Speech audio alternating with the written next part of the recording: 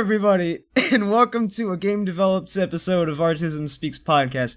This week featuring the developer of an obscure indie game, probably not heard of, Executive Assault. Say hi, Rob. Hi.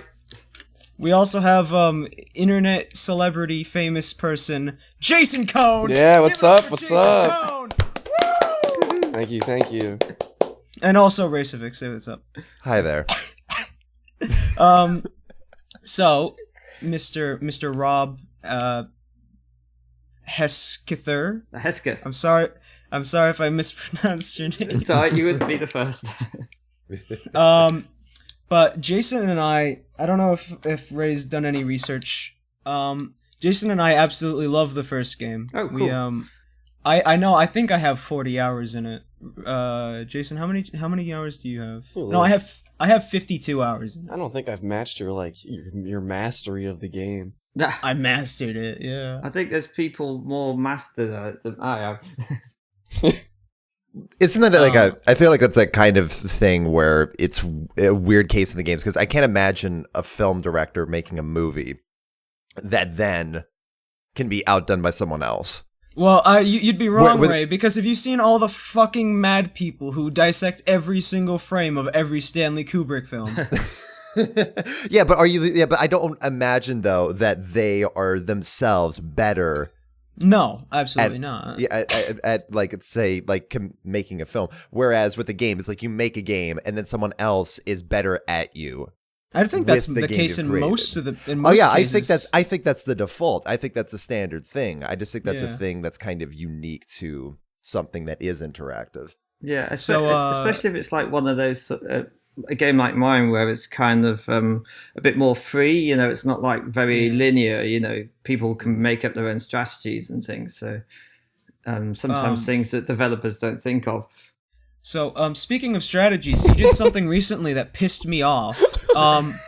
There used to be a strategy in Executive Assault 1 called the Almighty Great Pylon. Yeah. Where what you could do, Ray, is basically in the game, there's a particle effect that spawns from pylons, and pylons you use to gather resources. Yes. And what you could do is you could spawn an infinite amount of them on the enemy's side of the screen and crash their game with it. And it was a perfectly legitimate strategy that you got rid of. There is nothing competitively wrong with that. Clearly, no. Like I could see that happening in an official game of Siege or that was my right esports now. Strategy. How could you? It's definitely a unique one. I heard of that one. Also, the AI would like prioritize whatever was closest to them, so they would kill the pylons instead of the unit. So, like, if you tried to invade the Great Pylon base, it's like unkillable. Nope. Within it's unkillable. That's how you would beat the top level AI that were super impossible. You'd spawn a bunch of pylons. They couldn't attack you. They'd be too busy fighting the pylon god. That reminds me of one I saw on StarCraft 2, where they just flooded the base with those overseers or overwatchers, the floating things, and they just covered the whole base so you couldn't see underneath it. And then it just spawned out everything underneath it, and then destroyed the base, and the sort of cloud parted, and there was a whole new base under there. Well, when we play Executive Assault, we actually have to have honor rules because there are a few game breaking things. Yeah, I've seen these rules. Well, first of all, because we can only have 7 crystals, and that's an odd number. We have to decide who doesn't get the last crystal. Right. It's a war over that last crystal. Right. Because like sometimes the crystals will spawn exclusively on one person's side because I think they're random, right? Yeah, they're pretty random all over the. Yeah. And we also have to like limit the use of artillery because artillery you can set the destination point right outside the enemy's robot spawn and just destroy them. That's the thing. Yeah. But yeah, we love Executive Assault. Though. I do. I guess because it is just me making one big game, it's quite difficult to test for every eventuality. So when people report these things, I do try and fix them, like with the pylon issue. And that was not an issue. That was a strategy. Well, that's kind of another part though about. I mean, because the difference between one person making a big game that you can't possibly account everything for, and let's say, I don't know, 1,000-person team on like a big project or whatever, is that having that 1,000-person on the team that's going to test early and is going to get feedback that early is probably also going to change the vision of that game. Oh yeah, Ray used to be an official game tester for John EA. Shut the fuck up. He used to work for Patrick Stewart at EA. Remember? Yes, that's true. Yeah, no, he would come down in his wheelchair every day and order me around. That was my exact direct line of call. But yeah, I mean, it's because I mean, you read up on stuff like how I remember Warren Spector, the guy who made Deus Ex, talking about the differences between making that first game and then moving on to Invisible War. Because in the second one, that's when they brought in focus testers, and that's when they brought in people that they were listening to early and saying, oh, this sucks, change this along the way. Which, I mean, it's one of those things, it's kind of like, from what I imagine, I mean, maybe you could comment on this, but that's kind of something that is like any other tool. It's something that can be both to your advantage and disadvantage depending on how it's used. Yeah, I have my first question from my official questions list that's on the Discord. Okay. Is that how the fuck did you make this whole thing by yourself? It's got more content than a lot of AAA games these days. Like, honest to God, it's got how many maps? It's got like eight, 9. I think so, 8 or 9. Yeah, and it's got all these different kinds of units and these different like layers to the units. It's got the Giganta. I do like that one. How'd you do that all by yourself? I guess I used to work in TV and film doing special effects, and so I like detail. I like detail in games and in films, and then I just wanted to sort of translate that into the game. So when you're going inside the building, and I wanted you to actually see the things being manufactured, and because that was actually really awesome. I love that part. Well, it's in the second one too. So that's perfect. Because like I remember in Halo Wars, I was always confused. Is like how many people does this fucking facility house? They just always run out of the little hole in the middle and just like they exist now. Yeah. I love that it shows the robots being built. That's fucking awesome. Well, I just kind of like when you start working in the interior of the buildings, like most games you never see inside them. So in this one, I was kind of thinking, well, I'm gonna have to put something in there, and then so I decided just to actually show it being manufactured, and worked out quite well. Should we say what kind of fucking video game this is for the people who don't know? I mean, it's one of those match 3 titles, right? Like one of those fucking Candy Crushers. Exactly. This is actually Candy Crush 3. Executive Assault is actually, you know what? Why don't you describe it? It's an RTS FPS game where you're building bases like in Command & Conquer, but then also actually going down onto the battlefield and controlling your units down there. Yeah. The only way to win the game is to actually raid your opponent's base and kill their executive. Exactly. Yeah. I always felt in a lot of games people just try to go for the biggest and best unit in the game, and people always forgot the troops in the game. So I thought it would be kind of cool to bring them back towards the end. That's what that's actually something I liked about it, was that you literally couldn't just spawn a Giganta and then march on your enemy's base and win. That was cool. Yeah. In the sequel, you can actually blow up the base in this one, but it's a lot more. It takes a long time. It's actually it's easier to just storm it with troops. Yeah, exactly. All right. I'm guessing that's something to kind of like punish some people who are just like playing total defense. Yeah. Where so that to give you sort of like some pressure so that you can't just sit in your base the entire time and not do anything. Exactly. By the way, Max, when you're listening to this, I'll provide you with footage and stuff. Just DM me later in Discord. I have footage of the Great Pylon that I'll share with you, Max. The Great Pylon. Well, we started a little religion around it. Like, if you were a good boy, the Great Pylon would visit you and guarantee your victory. Right. A little blessing for it just beforehand. So second question. How did you support yourself while making the game by yourself? So yeah, I used to work in making films, and while I was doing that, I do that during the day, and then in the evening I would work on this game, and so I paid for it all that way. Jesus. And originally that went on for about 2 years, I think. Originally it was just a bit of fun, just to sort of make, I always wanted to make games, so just something to do in the evening. But then it started getting a bit more serious, and some of my friends were looking at it and thinking, "Hey, this looks quite fun." And then, someone said, "Why don't you try putting it on Greenlight?" So I did that, and then lo and behold, phone calls left, right, and centre from my family saying it's been greenlit, and then I was like, oh bugger, I have to actually go and actually do one or the other now. But that's the thing is that you then not only have to do all the making the game itself, which is already a Herculean task. You then also have to go about the part of promoting it and getting trailers and shots and all that type of stuff. That's what I want to do here. I want to help promote Executive Assault 1 and 2.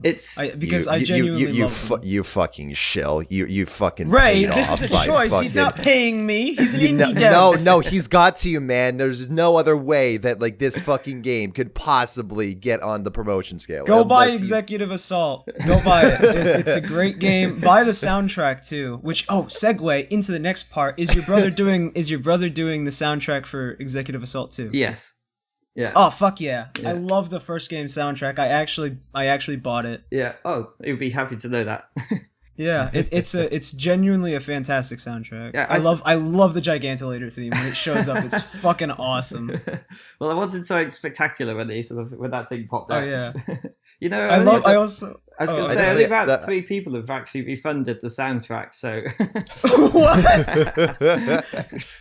How do you wait? You can refund the soundtrack. You can refund the soundtrack. No one refund the soundtrack.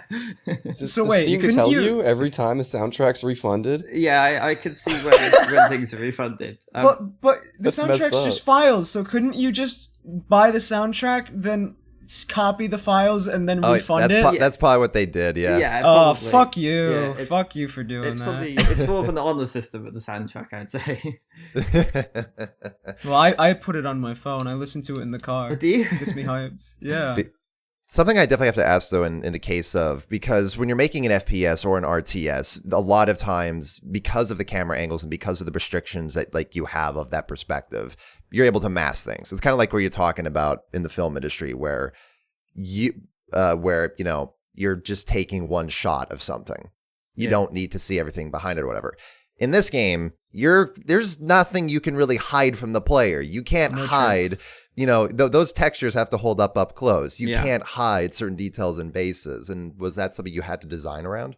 Absolutely. I mean, there's the main restrictions is the size of the map, because I noticed a lot of people wanted bigger maps, and the problem is the navigation mesh. That's basically what sets the size of everything. Is the navigation mesh, because it has to cater for a huge map, a big map, and the tiny detail of walking around inside the buildings.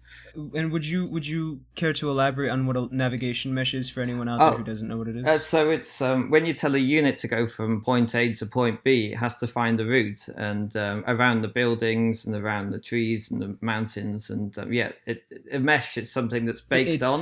It could take almost an hour to bake a mesh for a map. So it's the AI's pathfinding thing, basically. Yeah. So that also still, I assume with the moving vehicles that must be impossible. How do you do that in Executive Assault 2?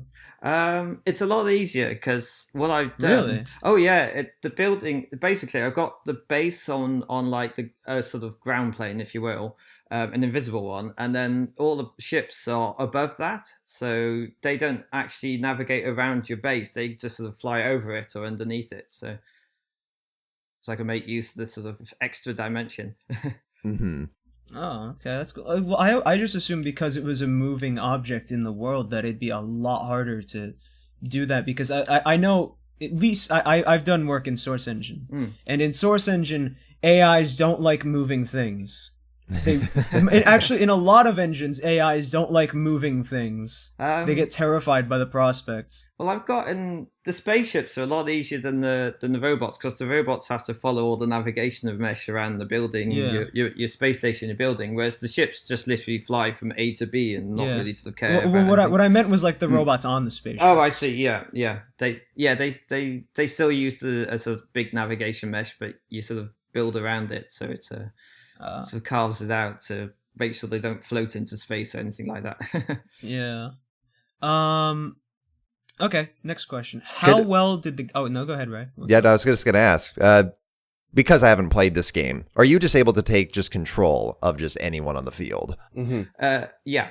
Because if that's the case, I have to ask, did you play Battlefield 2 Modern Combat back on consoles when that was up? No, never actually played that one.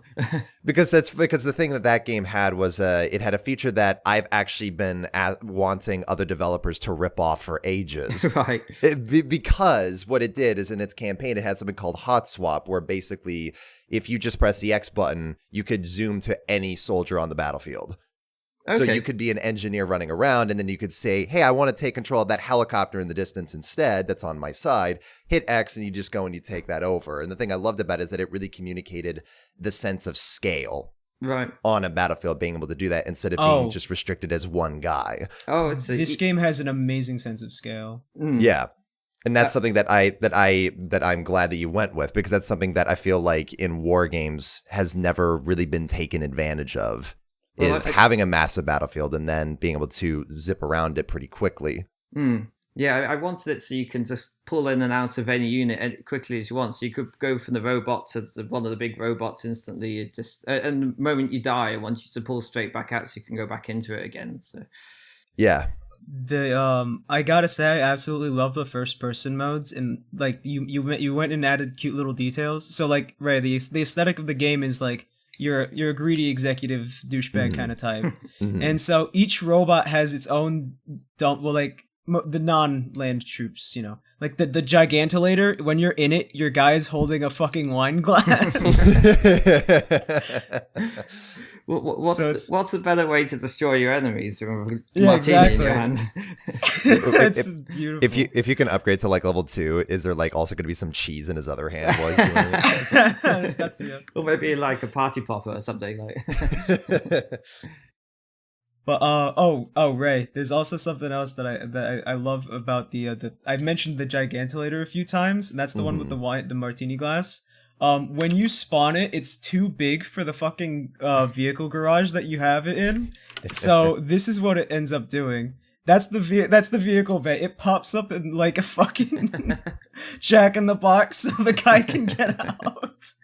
I need to bring up the text log here. God damn it, Skype. There you go. That is awesome.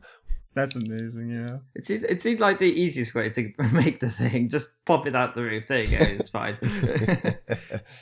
Jason, do you have any questions? Oh man, not really. Actually, I was gonna write some and then I forgot.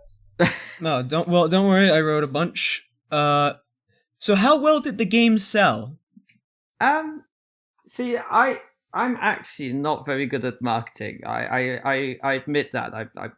I enjoy all the game development and things, but when it comes to actually like getting it out there and writing blogs and posting things, I'm useless at it. And I really hope that with the budget I got for the second game, I can actually spend a bit more on the marketing and maybe even hiring someone to actually help me with it. But in terms of like sales, most games, I would say these days, go for that initial burst of sales on the first day to try and, I don't know, I guess you could almost say to try and get past it, get your sales in before the reviews all come out. So they try and get that out. Whereas my game didn't really, it wasn't that well publicized. So I'd say that the sales are just sort of, it got a small burst at the beginning, and then it's just been a constant stream ever since.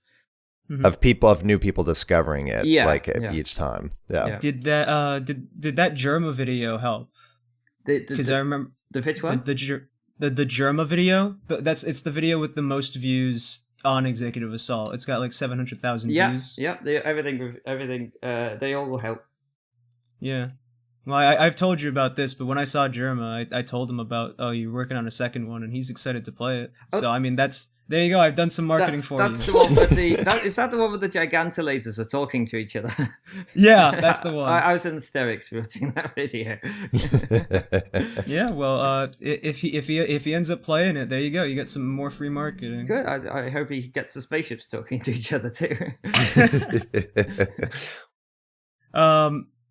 What was your inspiration for Executive Assault?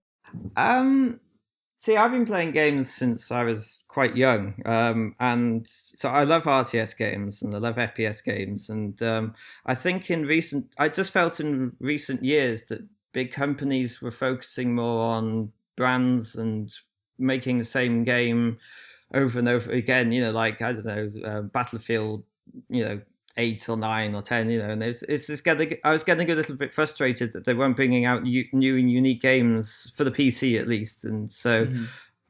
And a genre like this is something I've always wanted to sort of play, so I just wanted to just make it basically. All right, yeah.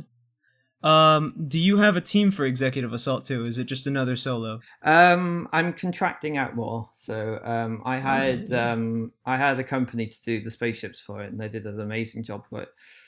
I got lots of concept art as well, so it's like picking the bits they going through the whole process of picking the different ones I liked, and got about 6 ships out of them. So they did a really good job. From what I've seen in the gameplay footage, why do you... I have another question. Why, on the Executive Assault YouTube channel, you upload these, 5-second clips. Oh, I love those. Of, you, pressing a button on the thing, and then something will happen, and then it's Executive Assault 2. The main reason they were so small, the little bite-sized ones, is because I didn't actually have any music, and I think if you're going to do a long video, you had to have some decent music or something to go in the background. I mean, I guess why don't you just overlay the first games? Yeah, I guess I could have done that. But then I just thought, well, let's do these little bite-sized tidbits and see how they worked out. And I think that people will enjoy them actually. So yeah, well, it got me excited. It gets people excited, and it gets people to start wondering about the experience as well. I've noticed that Insurgency Sandstorm, or I believe it's called, the new game for that, is doing something similar, where its trailers are 30 to 40 seconds instead of being these. I think it's also because if you think about it, we've been having the sort of the 2-minute epic music, flashing action kind of thing on the screen. We've had that for so often now in both AAA and indie that it's kind of just sort of played out regardless of what you do with it. And making something that's a bit more just here's the game. It's just a bit more straightforward, and where it's just here's the gameplay for 10 seconds. You're like, whoa, that looked fucking cool. I want to see more of that. I remember I was excitedly messaging Jason every time he'd upload. Just check this out, Jason. Look, there's a spaceship in this one. Well, the other thing is certainly something I can't do because I don't have really the budget for it, is these pre-rendered cinematics. I just can't. I don't have the budget for it, so all I can do is just have literally just in-game footage. So do you remember a while ago you got a message from somebody saying, "Can I have the models? I want to make a trailer for you in an animation software." I don't remember. That was me. Oh, was that you? I was asking for the models, and you said, "No, I can't give out the models." I'm like, damn. Oh. I guess I do get a lot of help from people from the community. They're sort of asking for things. I get maybe it's because of my first game a little bit too sort of it's mine. I want to do everything with it.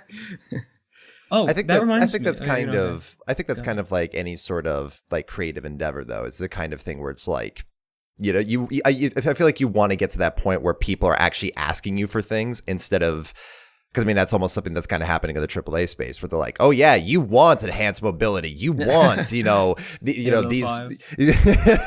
wasn't going to say Halo 5 specifically, but just a lot of games I wanted to say general. it to annoy Max because I know he hates it whenever I mention Halo 5. Yeah, no, just that kind of thing in general. It's just yes, you want this feature. And no, not really. Actually, no, you do. Yes, and you also want these light gun sequences in Call of Duty.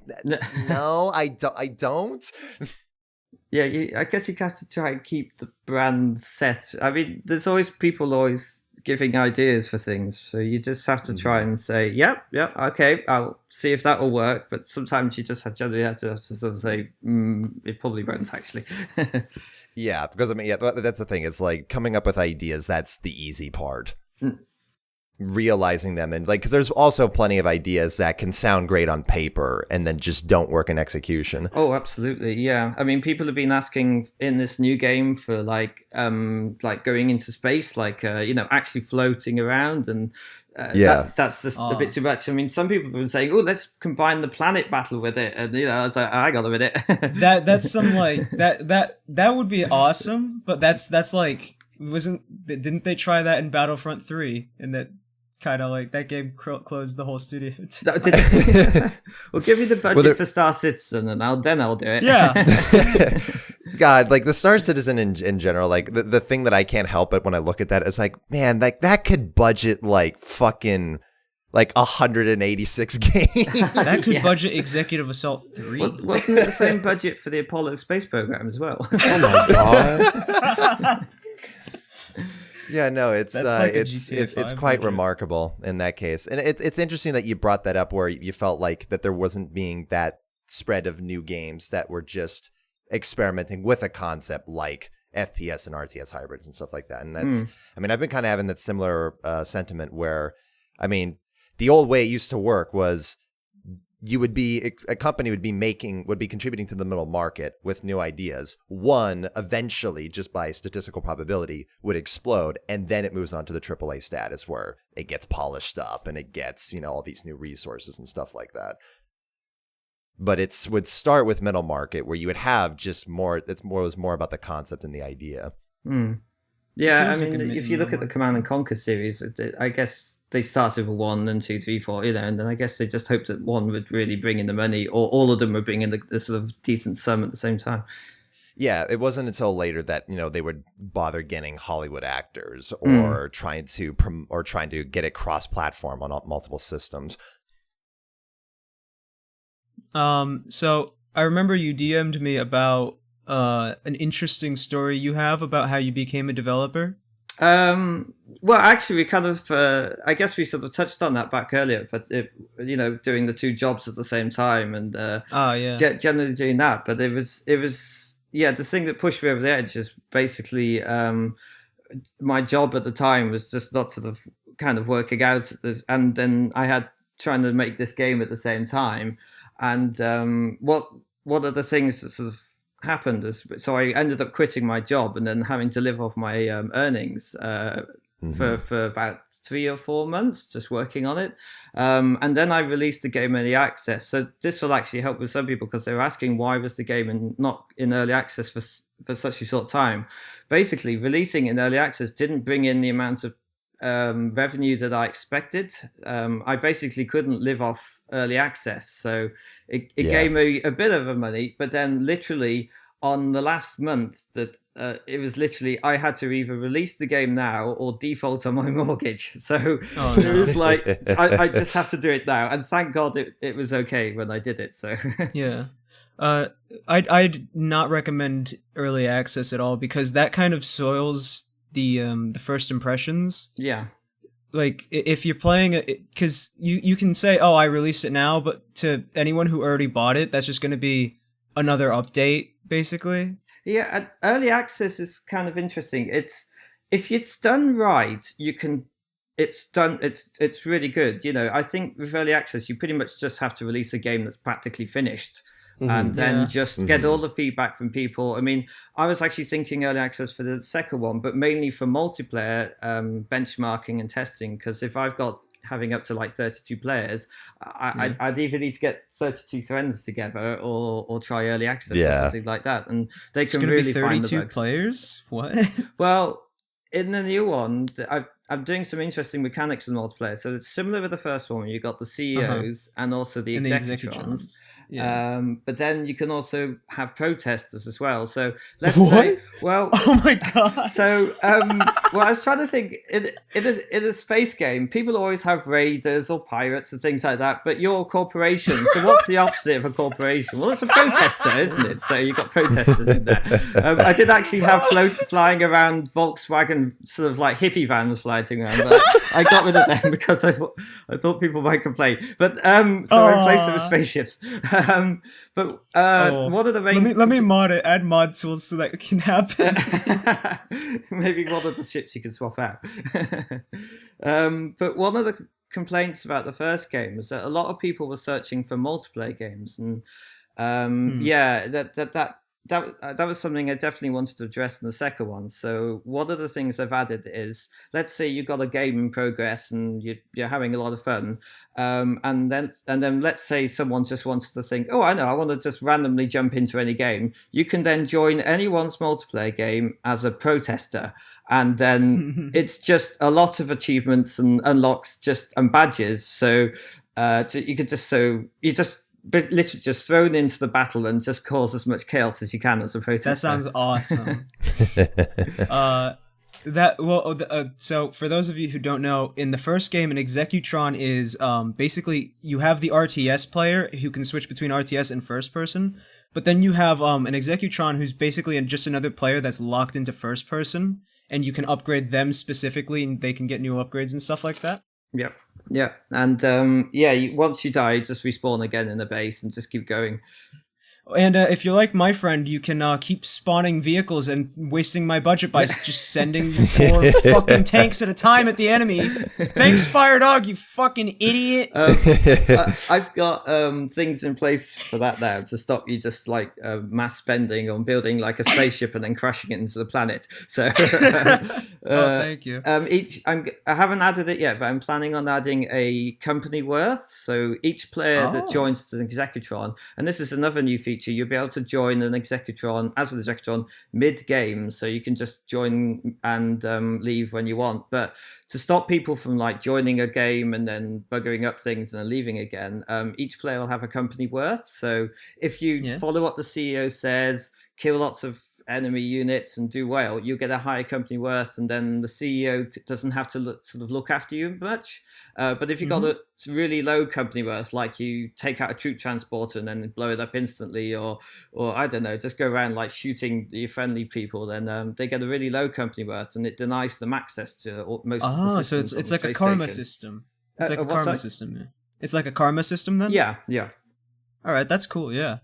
I like that. That's the idea. I hope it works. I still need to figure out where to store that and get it working. Okay, cool. I have to ask in regards to its multiplayer, because I always find it quite ballsy when people make a multiplayer game that's like when they're a smaller developer, because of course multiplayer games require people. But of course your structure, allows it so that at the minimum the game can be enjoyed with 2 people. Yeah. Yep. Where it's 1v1 and they're both the executors. Was that an intent when you were making the game, or was that just a happy accident of its case? Because that, I think, is the reason why your game is able to keep growing with people discovering it, because it's not like a full-scale multiplayer game like Nuclear Dawn or Lawbreakers that require 12 to 24 people just to get a game going. Yeah. I was just thinking just literally something like Command and Conquer and StarCraft, where you can just literally have one versus one and have as much fun as a game like that, to something with like 10 people are in there. So yeah, no, I think that's a good way to go about it, because that's the something that, because I noticed that games like Reflex or games like yours, those are ones that people can discover, because it's a lot easier to convince a friend, just, hey, let's go pick up this game and try it out, than getting 12 fucking people together for one match. Well, one of the things other people enjoyed was the fact that I just added the solo mode, that you didn't even have to have any sort of like AI in there. You could just build your base, discover how you play the game, and then when you feel you're ready, you can then dive in against the computer or against some friends. But you also have the sandbox to play with that as well, because you've got so many units and vehicles, and with how big the maps are. Yeah. But it was definitely really important to add the multiplayer element to it, because I feel like you said, it helps with bringing your friends in and things, and there's nothing quite more fun than nuking your opponent, really. Or making their computer crash. Or making a computer crash. That was fun. We did that in a few online games. We were those guys. I'm so glad that's fixed now. No!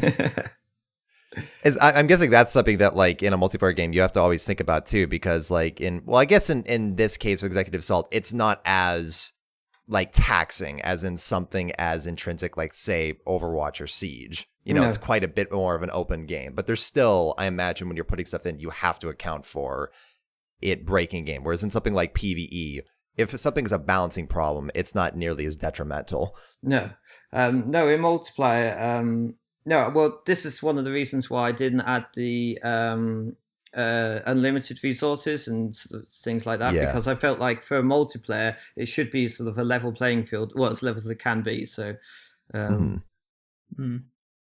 Well, that was. I remember. Like a few of us were asking, like, well, why can we do this against the robots? But like, what if we just want to fuck around for a bit? Like we want to get to the very end game so we can just screw around in the sandbox kind of thing. Yeah, I mean, I could.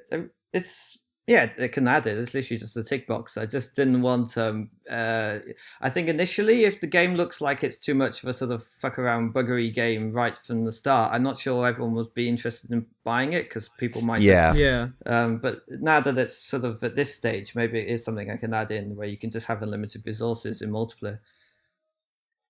Yeah, or kind of make that like just like something extra, because I understand where you're coming from. Where there are times where, I mean, getting people into a game to begin with is already like such a task. It's something that like games at any level struggles with. Whether it's tutorials, whether it's the options, and there are times where I've bought like an indie game not knowing anything about it, and then it's really open ended, and it's sort of up to you to figure out its structure. So by giving people at least like the minimum bare set, like, okay, you have to build this base, you have to go attack people, then it gives them some frame of reference to work with that.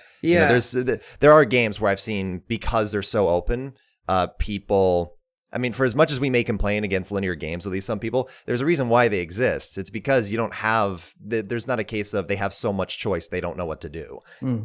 Oh no, I every game has its place, and I think if a game is too open and too like you're literally just thrown in, you're like, what the hell do I do? It can get a bit sort of overwhelming. I mean, I remember when Minecraft first came out, that was literally just like it didn't really have any tutorial. You had to sort of go online to the Wikipedia and find out what you're supposed to be doing. But now they've got this sort of extra tutorial now, so.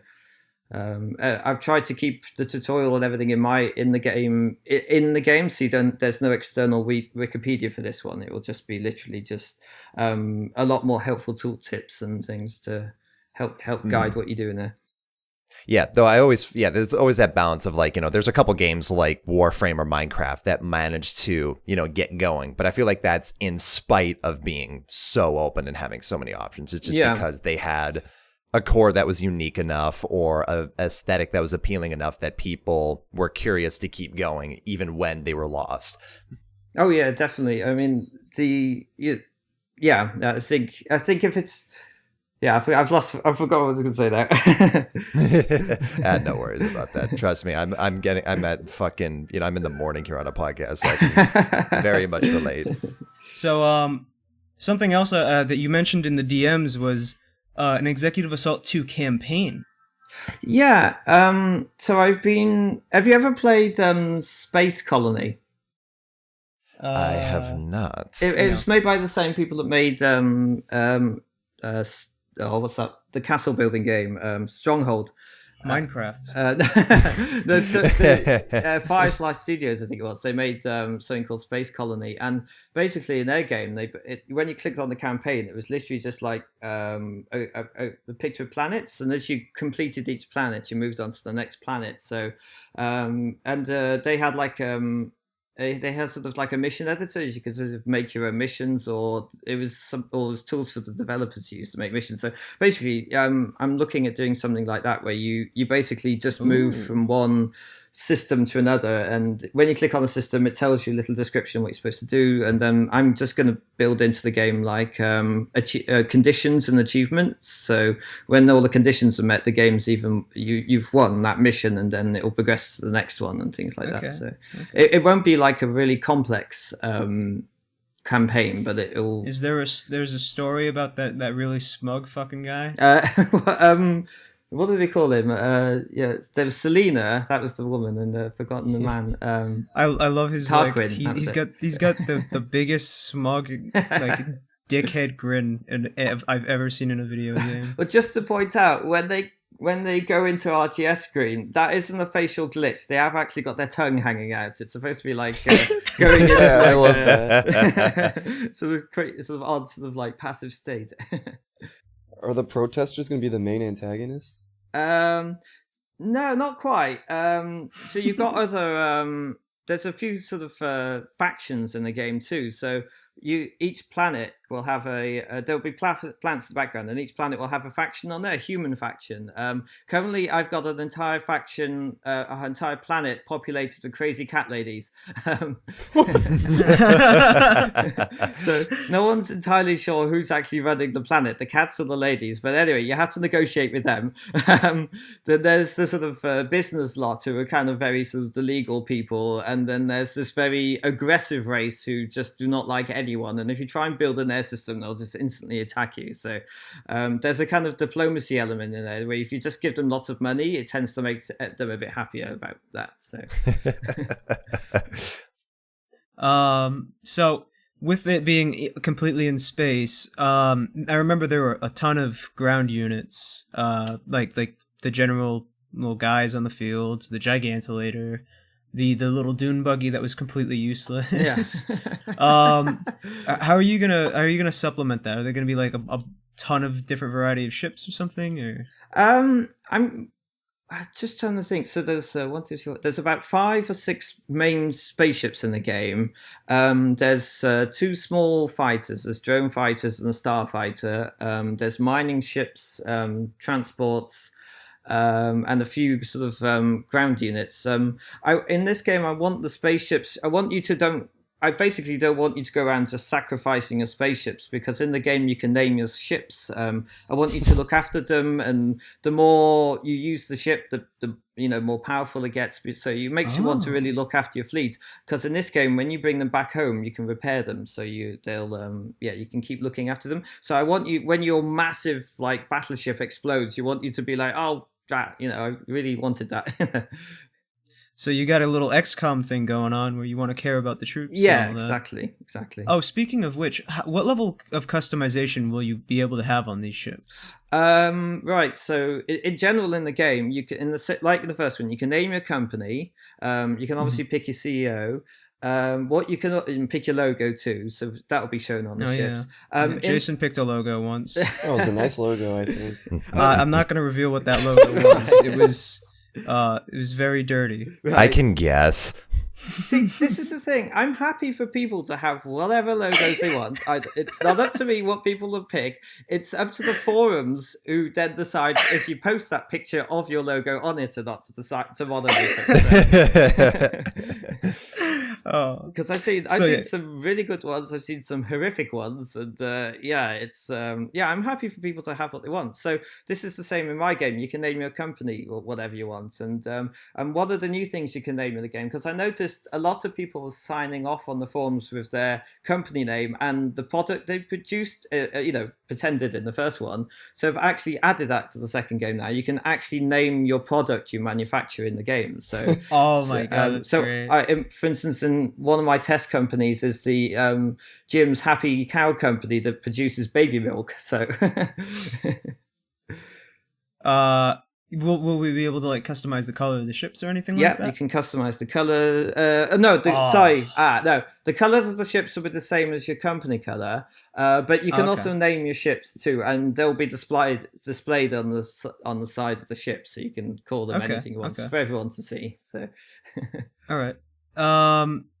Will there be the Gigantolator or any equivalent of the Gigantolator? This game will have the Monolith. It's a monolith. So it's about the size of a Star Destroyer. But it's absolutely massive. It of course has its own theme tune. Yes. You can obviously walk around it too, because that's one thing you can do in the game. You can walk around just your battleships and things and watch the combat while it's all happening in there. And also the Monolith has a special super weapon where it literally the front of the whole front opens up, and there's about a 2-minute firing sequence before it fires a super weapon at the system, blowing up the whole everything in it. Jeez.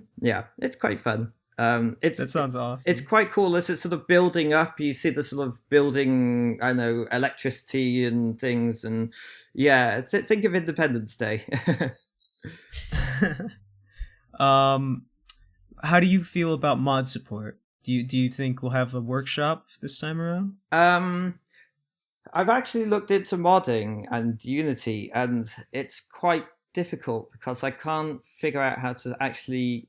For instance, if people wanted to put their own ships in there, I can't quite figure out how to get the game to import the ship at real time. Like Unity just brings it in, brings all the textures, the models, converts it to whatever format it needs.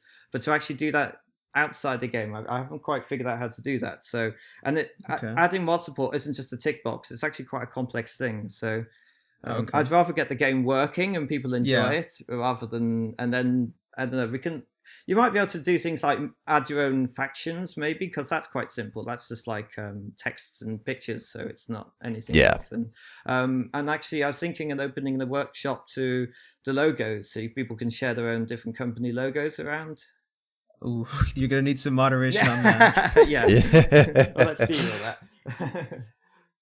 that. Just one thing with the monolith, as it is firing, and I was going registering Independence Day, that's actually how you stop the monolith from firing. You had to fly your Elizabeth fighter down the center of the monolith as it's charging within the last 10 seconds and fly directly into the beam as it's about to fire. Are you serious? And if you get it in there, it destroys the whole monolith.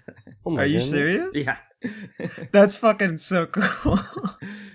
Yeah, because if you try and fly around the top, you'll be attacked. There's too many turrets on it, but down the center as it's firing, I've literally put no turrets down there, so you have to fly into it as it's firing. If you get it there just right, you'll blow the whole thing up. Sweet. When you were making the game, is that something that you just was it just, oh, I'm going to start making a game, or was it you're studying Unity, you're learning how to make engine, you're experimenting with some stuff, and it led to the direction the game went in? Yeah, that's exactly. I mean, before I started Unity, I had no idea how to program. I learned all self-learned, and the first one was originally done in JavaScript, and this new one's now in C#. So I only swapped because Unity literally changed who they supported. So they went and ended up supporting C# in the end. So I had to move over to them. But the difference between JavaScript and C# is they're quite similar. So yeah. Okay. In the first game, there was a little button behind the desk. Yeah. Where if you press on the wall panel, a little button will appear, and you can self-destruct the base. Yeah. You know what? Someone return. There's actually some things no one discovered with that yet. I'm surprised no one's discovered. But the self-destruct button, if you keep pressing it really, really quickly, I programmed it to explode. Instant of the button? Yeah. Oh my god. Basically, you press it too many times. It's like button goes on, button goes off, button goes on, button goes on, bang. It's like, oh. And then it gets stuck. It gets stuck on whatever mode you left it on. So. Oh, nice. Because there used to be the strategy where you'd send a little hacker bot in, and then you'd press their own self-destruct button. Yeah. And if you were lucky, they wouldn't notice it until they died instantly. Yeah. Yep. In this game, I haven't put anything like that in there yet, but I am planning on putting like an escape pod or something, or possibly just something I'm toying with, where you can turn the main base into a super weapon itself, like it sort of detaches, takes off, and flies around, and goes to some sort of crazy kamikaze mode or something. I don't know. Nice. I'm just once all the base of the game is all in there, I can start having a bit of fun with adding sort of weird things like that. All right, that's cool. But there is the base can actually explode because there's a new mechanic in the game called coolant, where you have to keep topping up the reactor's coolant, and you either mine it or buy it, and if it runs out, the whole base will explode. So So you keep mentioning like product and mining and buying and stuff like that. Can you explain how this, like, you've developed some kind of in-game economy? Yeah. So you build a docking bay which allows passing trader ships to dock in your space station, and then it also sends out mining ships that then go mine nearby asteroids that then bring in raw iron, or I called it in the game ironite, so raw ironite. There's no hescosium in this game, so it basically brings that in, and then then that's converted into ironite, which you then use to manufacture most stuff. You can also mine coolant, which then keeps the base running, and then you can also manufacture your own product. So you manufacture your computer games or whatever you want to make, and then you sell that to traders who can and then with that money, you can then use that money to buy exotic items, so like walkers or better defenses or things like that. Do you have a producer for Executive Assault 2, or is it still self-funded? It's just me. Oh man. How much did you make from the first one? Ooh, I can't tell you. That's a Can't tell private us. question. Is that something that you wanted with a sequel, or is this kind of like, did you enjoy that experience of being a one-man show in the funding and the control of it all? I would like a team. I'd still like the overall control of the final product, but I would like a team. There's I'd like proper artists, and I'd like marketers, and generally people who can sort of make it more reality. Because, like I said, I'm all self-taught, but there's so many better people out there that could do this sort of thing. So it'd be great to get people like that on board. So if I ever did open it up to, like, I don't know, some sort of fundraising, like a Kickstarter or like donations, and I would use that to then get staff in. I could hook you up with my boy Markiplier. Okay, so I remember earlier you mentioned like a need for playtesters. Do you have any need for playtesters in the second one? Oh, absolutely, yeah. I mean, this is one of the reasons why I was thinking on going to early access, just to sort of get the people in to sort of test it. And currently I've got just friends doing it, and I've actually got a friend coming over in a bit to help me with the play testing. So we've got to see. It was interesting. The first round of playtesting found my game actually really boring. Basically, I'd gone a bit too far in the direction of the game. It was like a space station simulator, so you were spending all your time fixing the space station, dealing with traders, which I guess some people might enjoy. But then I found that spaceships were too expensive, and you weren't mining enough resources, and but after about 30 minutes of playing the game, it was like, oh god, that broke game again. Oh, I built one spaceship, but in the end, people just want to blow up stuff. So I rebalanced everything, and it's a lot more fun now. So I mean, if you're looking for playtesters, Mr. Cone and I would be more than happy. We'd be more than happy to playtest. This is the reason he did the podcast. Sparky's true motive reveals itself to get the playtesting. Well, I need to install, shall we say, not that I don't trust anyone, but I need to install some more additional security in the game first before I let it out. I'm gonna release all the files. I'm hacking it. Yeah. Well, it was weird. The first game had I hosted my own multiplayer matchmaking service, and then after about a year, I realized it was still on, because after I moved to a different service called Photon, that was handling all the multiplayer things. I thought, well, I might as well switch off the first one. Apparently, you had like 5,000 people using it, and I was thinking, who on earth are all these people using it? And I realized they were all using a hacked old version of the game, and so when I switched that off, I dived into the forums, and I was just waiting for people to suddenly go, oh, the game suddenly stopped working over multiplayer. Be like, aha. Did they? No, actually, no one actually went. No one dived in there, so it was all right. The pirates. The pirates didn't want to. So you had more people like playing the pirated version. Yeah, I didn't understand that. I didn't even know that. Like, well, I'd assume like, who's gonna fucking pirate some indie game? Well, yeah. Like, people do it all the time. Yeah. It's a kind of a shitty thing, unfortunately. Where it's like indie games. I feel like they're pirated more than AAA nowadays. Why? That's fucked. Don't do that. Well, this is why I put that little message at the beginning, because if you can't. I can't win, so I might as well just try and convince the people to say, look, I'm not a big company. If you pirated my game, at least consider paying for it. Wait, hold on. So, old version of the game, you said? Yeah, that was the one. So one before the Great Pylon patch. I'm gonna have to Google this later. If you find it, do tell me where it is. Probably on Pirate Bay. It's probably.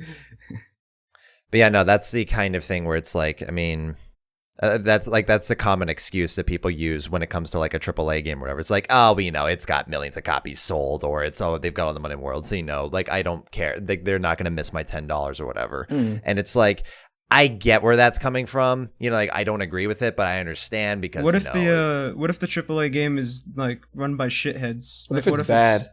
and you don't want it. What if it's like if it's bad? Why are Shadow- you playing it? That's What if it's like what if it's like Shadow of War, where the pirated version actually takes out the loot boxes and therefore makes it a better game? And here's the thing, and here's my point of that. That is something that is on the developers or the publishers in that case. Because actually, here's the thing. I want to say publishers because I feel like do I really think the developers were really eager to add a card system to Need for Speed? What? No, I don't think so. I didn't actually know that had in what? it. Yeah, that was Rob, something. Rob here is a publisher too. Yeah. He's an evil publisher. I will never, ever, ever, ever add loot boxes to any of my games. What? I was so excited to open the fucking loot boxes in Executive Assault and get my fucking I wanted baby alpha powder. packs and fucking Executive Assault. I want to like get baby powder in Executive there you Assault go. too through There you alpha are. packs. Like, I'll make it a no, DLC. here. I'll pitch at loot boxes to you. No. What it is that you buy different wine boxes. Different flavors of wine. To drink while you're on the spaceship attacking someone. Yeah. Oh yeah. The executive in Executive Assault looks like the kind of guy who would want loot boxes in the game. Yes. Oh yeah, you'd love it. Oh, dude, that'd be part of the message. You could sell it like that. We wanted to really immerse the players in the world of greedy scumbaggery. So You can sell loot wakes up boxes to the other players in the game. that'd be fucking great. Yeah. Oh, dude, the fucking trader ships that come by, you Yeah, get yeah. like the loot you get from them is random. Like you gotta open a little loot box, but to do it you have to pay $5 real. What if you could like hint at the glitch before that crashed people's computers, where you just send so many loot boxes to one person at a time their computer can't handle it, or their ship just explodes. Yeah. There are crates in my game. If you blow up a trader, it drops what they're holding. So I guess you do loot their crate. Refunded. Don't buy Executive Assault. Refunded. Fucking pirating is just gonna go 5 times up. Actually, you're punished if you actually destroy a trader. The Trade Federation Trader Federation will black market you, so you won't get do that. You can actually seal the trader inside your space station as well. It pisses them off a little bit, but that's funny. Because that reminds me of The Sims, when you'd like invite a ton of people over for a party and then like put them in a room with no door. Yeah. Yeah, and they never got mad about that. No. Well, in this one, they do get mad. I basically put the ceiling of the dock bay up because I kind of felt like I wanted a sort of Star Trek 3 kind of thing where you can steal the spaceship and then the CO seals the doors. You have to try and get past the door if you want to try and get out of there, because there'll be certainly a hacking element to the game where you can go in there, steal tech, and then try and escape probably just like steal the ship. So if they seal the doors, you can try and get out. So. Nice. Yeah. Don't know how that will work out, but we'll find out.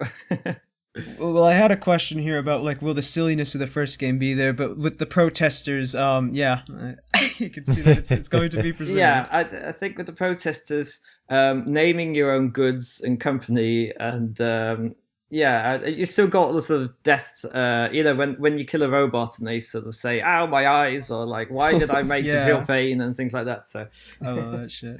That's the silliness. Who recorded the voice acting for that? Was that you? Was that you who recorded those lines? Yeah, that was me. Oh shit. Was that something that's like, does that silliness really sort of kind of liberate you design wise, where you're not really too concerned about something being too over the top or ridiculous? Absolutely. I think everyone likes an element of comedy in anything, so it's just a little bit. It doesn't have to be in your face. So. Well, especially in sci-fi in particular. Yeah. I mean, sci-fi is such a, like, I don't want to say, I mean, serious. I guess, I will say, it's such a serious thing. It's such a dark thing generally in games. So it's the kind of thing where it's kind of almost sort of asking for someone to kind of, just kind of approach it with a bit of humor. No, definitely. I mean, on the front of the monolith of the super weapon, I put a little sign there saying "aim away from face." So. That's great. Well, that's the whole thing is a silly concept, because usually with this it's like, oh, they're fighting for honor, they're fighting for resources in this great war, and it's like this big thing. Right here, it's just two dickhead like executives fighting over a planet they want. Exactly. And it's silly, and it's silly in a way that isn't sort of like being grimdark. and like being where it, because I'm thinking of something like Ruiner, where I'm sure it's a great looking game. Like I want to get it at some point, but it's kind of over the top visuals and humor kind of stems from being so edgy and being so, sort of dark and oppressive that it's almost just kind of ridiculous.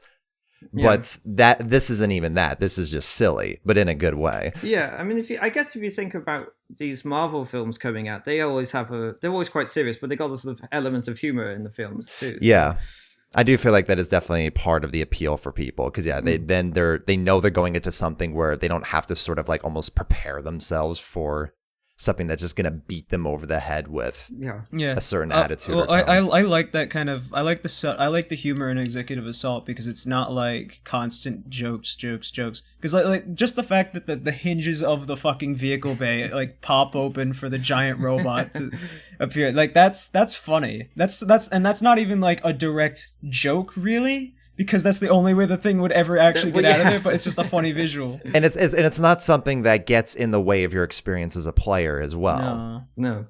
As long as you can have fun with the jokes about, you don't have to be offensive or anything either. So no. Yeah. I remember, Ray, do you remember in the old Halo games, they used to like add flavor text to every description in the settings, where it'd just be like, you turn on 300% speed, and it's just like, why the fuck are you turning this on? You can't control it. Yeah, no, there's that. There was the map descriptions in Halo 1 that were ridiculous. Yeah, stuff like that. I love that kind of shit. Well, that's something that I feel like, that really doesn't exist on a big scale. I feel like, honestly, not AAA games. However, I do feel like the publisher of Hotline Miami and other games, I'm trying to remember Devolver Digital, that is like their entire basis of a company almost, is they have that attitude. They have that, we're going to add these descriptions, and we're going to have these trailers, and we're going to have this E3 presentation that's an entire parody of all this shit going on, and we don't care. Oh, have you ever actually considered going to Devolver Digital, Rob? I've never heard of it. Oh, really? I guess I'm slightly, I don't know. I follow the computer game news, but I'm not sort of like a devout follower as to all these conventions and things. So, and I find a lot of them all happen in the United States as well. So it's quite far for me to sort of fly over there and go to these things. So. Well, I don't think that you'd have to like fly over there. I don't know how these kinds of things work, but I'm pretty sure they like Devolver Digital would probably be able to talk to you over Skype kind of thing. Oh, okay. I'll make a note of that. Yeah. Devolver Digital is a really cool company. They, from what I've heard, like they won't restrict your game design or anything like that. They basically just like, hey, this looks fun, we'll publish it for you kind of deal. Okay. I haven't heard any complaints about Devolver Digital from any devs. Yeah, they're pretty great. I haven't, but then again, I mean, that's also... They're really tight-lipped. That's an area of the industry that is like, we don't really get to hear about publicly. I mean, we've heard publishing games and stuff like that. We've heard complaints from developers, like, anonymously about EA and Square Enix. But that's the thing, Ubisoft. it's like, but you have to remember, too, those are companies that have been around for decades, and that is something that is very recently come up, and even still, they're still anonymous, because they're operating in an industry where if they just say one thing, they're most likely going to get blacklisted. Yeah. And if that's how they pay for their families, then, that's a really big deal. Exactly, but, like, yeah. And it's also, I wouldn't really consider it a AAA publisher as well. They're more like a middle market publisher. Middle market to indie kind of thing, yeah. They don't really, they haven't, as far as I'm aware, I think their most expensive game is Serious Sam, which is like $30, $40. And none of their games have loot boxes. So. Well, I'm hoping after Executive Assault 2 goes on sale, and if it does as well as I hope it will, I really hope to become a much bigger company making more games. I mean, I've got about 10 ideas for completely different games in my head that I just really want to make after this. So I'm hoping if the company gets big enough, I'll be able to make them. Well, you mentioned earlier you don't know much about marketing, but if I had to offer any advice to you about marketing, because from what I've been told, I'm okay at like getting connections and all that. Yeah, you keep popping up in all the fucking videos on YouTube. Yeah. Well, what if I would recommend anything?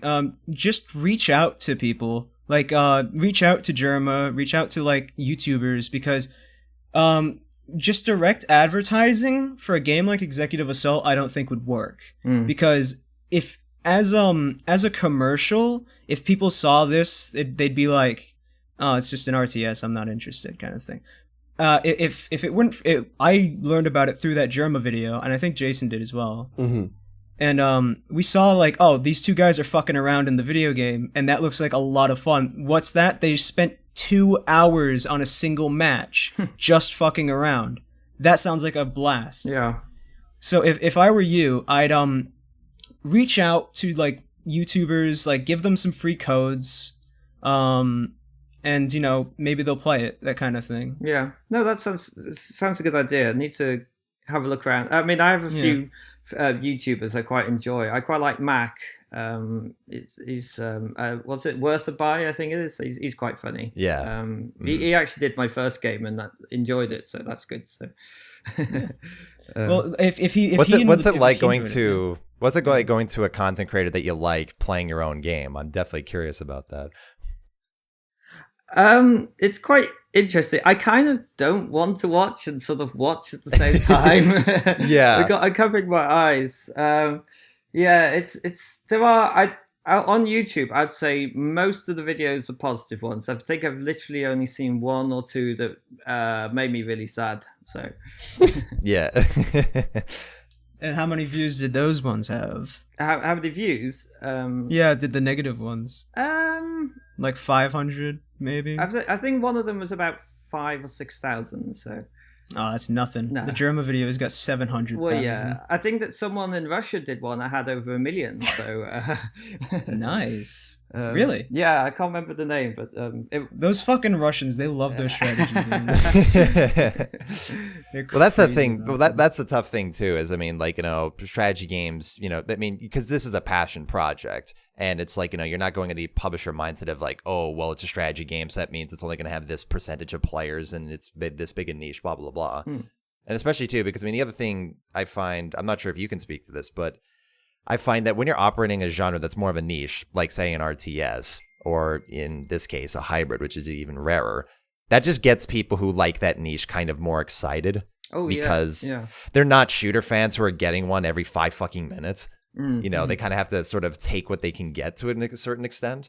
Yeah. Well, I am desperately trying to make the game fun for both, because you know, I have seen a few that tried to make an RTS, well, hybrid games in the past, and just sort of like done the sort of half-assed job of both like aspects of the game. So have been trying to sort of make it so it's fun and RTS as an FPS too. I've never been really much of a fan of RTS games, but I liked the RTS aspect of this. For some reason, it didn't really feel as much like a usual RTS. I guess like because as opposed, I guess maybe it was like the different kinds of strategies you have to employ in Executive Assault versus standard. Yeah, no, it's just joining two of these two genres together. It was a lot more to it than simply just, you know, having both, because for instance, people were saying that you really needed fog of war in the first game, but I found that if you just went into FPS mode, you could see into the distance anyway, so it didn't seem to be much point adding it. And also like games like, well, like people were saying like chess, you can see the whole battlefield in front of you anyway, so there was no real need to it also like builds up a bit of anxiety because you want to keep checking your enemy's side of the field, and like you see, oh, that guy, he has a fucking Giganta. I better start preparing my defenses and that kind of stuff. Like that, I feel like a lot of that tension is lost with Fog of War. Yeah. And because then you can just ignore it. It's not in your conscience when you're playing. Yeah, I mean, this is why in some of the RTS games, when someone built like the ion cannon, everyone saw the countdown or something like that. Yeah, that's. Yeah, so I guess we're reaching towards the end here. So let's just wrap it up, I guess. Why should people buy Executive Assault 2? If you enjoyed the first one, you'll definitely like the second one, I would say. It's a good fun game. I'm trying to make it so you can just dive in there and have a lot of fun in RTS and if you don't like RTS, then you can just dive in there in FPS as well. Mm-hmm. And everyone likes space games too. Yeah. Yeah, it's true. I mean, space is space. You can't really do much about that in terms of messing it up unless you're Star Citizen. Heyo! Dang, brutal. Damn, Ray. Is that on record? Well, it won't be because the game can will that never be in be the out box? at this rate. Is it like Can is that it a be- game yet? I haven't been keeping up. No. No, it's No. I remember Mandalore made a video on it months, like what was it now, a year ago at this yeah, point? now a year ago at this point, yeah. He made a video on why it's like not gonna happen, and it's so far a year later, it's still not fucking happening. Well, I mean, it's the thing from my understanding too is that you know how in Mandalore's video he talked about how the community had to like sort of dance around issues on forums. Yeah. I've heard from people that that's changed. I heard from people that now people are getting actually frustrated, like, even in the fan base. Well, so what? my point of view on that is I'm just going to stay neutral and just wish them all the best. Yeah, no, exactly. It's a kind of thing where it's like, I'm not a contributor, I'm not a follower, so it's kind of thing of like, it's not like I've spent money and feel like it's wasted. Yeah. Like I don't feel like Star Citizen has burned me, so I don't have that connotation. It's a kind of thing where it's like, I just want it to be the best game it can be because the idea is amazing and it's something that we haven't really had before. But at least not Executive to scale. Assault 2? Yeah, that was it. Yeah, I know. Just go and buy Executive Assault 2. You said I remember on Twitter you said Q3. Yes, I'm aiming for September. September. All right, that's not too far out. Nope. That's all right. Well, thank you for coming on. Pleasure. And we wish you the best of luck on Executive Assault. Jason and I at least will be playing it day one. Okay. At least you'll have two sales. Two sales. Well, there we go. sales, I'm yeah. fine. That's fine. You got two. You got however like twice as much money as however you set the price at. $1 million. No. Oh, no. no. Set it at $500 for the first 10 minutes so There that you they go. will buy it at that Perfect. price. No. I might have to. I might have to. We want it day one. We want to get that pre-order bonus where you get like an extra martini glass. Exactly. All right. Thanks for coming on. This episode will go up around this weekend, so you'll see it then. Cool. Thank you. All right. Bye. Bye.